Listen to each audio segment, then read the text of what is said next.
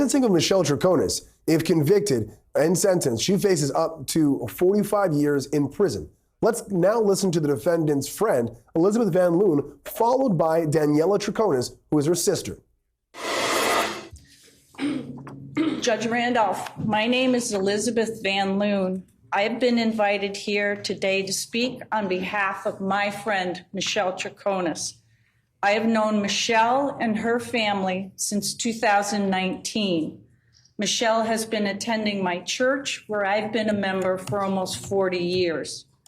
And over the past 5 years, this is the Michelle I have come to know and deeply respect. And I believe her true character is not as it has been portrayed in the news media. Dedicated mother. Michelle is a deeply loving and dedicated mother. Her daughter, as you have heard, is a competitive downhill ski racer at the international level and trains in both North and South America. Michelle has described to me how she spends hours each day online going over school lessons with her daughter so she can continue her education while training. Michelle is the mother who can inspire a competitive child, remaining emotionally close when they are physically distant. Loving. Michelle's love encompasses all of her family. Her parents and sisters attend my church whenever they are in Connecticut. One holiday, and I do believe it was Christmas, the entire family came to worship. Parents, sisters, brothers-in-laws, nephews, and her daughter. The family, when dispersed, is in constant contact via text and Facebook, so they can share the pictures, joys, and sorrows of their daily lives. Michelle maintains an excellent relationship with her ex-husband in Argentina and was delighted when he remarried and had a son with his new wife. Michelle shared with me joyfully a picture of her daughter with her new baby brother. Compassionate. Michelle's love extends to all who are in need, both human and animal. While in Connecticut, Michelle volunteered for horses who've been abused and now live on a rescue farm. She came to church regularly to bake cookies for the local police department and other first responders. And as you have heard, she's helped to cook delicious meals, which our church delivers to the soup kitchen, Loaves and Fishes in Hartford. And closest to my heart, Michelle is a model for caring. She has shown me how to love and care for a family that is geographically dispersed. My daughter serves overseas with the United States military, and her family is stationed with her. I have 4 young grandchildren, and I'm able to visit with them infrequently. Michelle is always asking about my family, particularly my grandchildren, and I'm always happy to share their pictures with her. Michelle inspires me to know that love does not fade with long distance, and that parents, children, and grandchildren can remain close when they are apart. And I am deeply grateful for having Michelle in my life and providing this example. Faithful. I see that Michelle embodies the Christian spirit. As Jesus commanded, she loves God and her neighbors with a tender and open arms. And I do pray that God's love embraces the family of Jennifer, particularly her children, as they must navigate their lives without her. And I ask you, as the sentencing judge, to show compassion and mercy to Michelle Troconis. Thank you for your time. Thank you. Thank you. I'd like to call on Michelle's sister, Daniela. Daniela Troconis.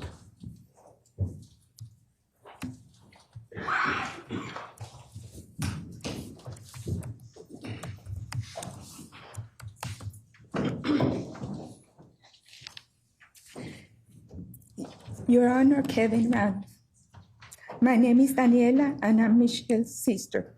We're only 2 years apart, which has made our relationship very close since childhood. Michi isn't just my sister. She's my best friend, my big sister, my role model, the maid of honor at my wedding 20 years ago, and a significant inspiration in my life. Her character shines through a devoted mother, a caring daughter, a loving sister, the godmother of my son, and the most dedicated aunt to my children. Michi's remarkable courage and selflessness were vividly displayed during a trip to the Amazon in Venezuela. While with a group of friends, I found myself trapped by rapidly rising waters in a river.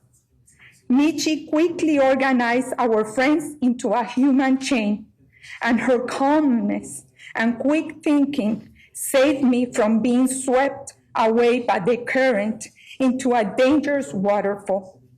It was her strong arms that pulled me to safety, a testament to her instincts to protect me and save me that day. Michi has always been my biggest supporter. When I started my own business back in 2013, she helped me transform my dream into a reality. She worked day and night without asking for anything in return. All she wanted was to help my business grow. Still with me, our trial attorney, Katherine Luzardo, and practicing attorney and judge Fanon Rucker. Katherine, this was for you. You actually were talking about this while we were listening to that statement. We don't know where the body of the victim is, but Michelle Troconis may know. And we've seen this in the Adam Montgomery case where the prosecutors got up and said, Judge, if Adam Montgomery tells us where Hannah Montgomery's body is, we'll lessen the sentence. Do you think that we might hear her talk about the victim's body, where it might be where an offer like that might be made to lessen the sentence?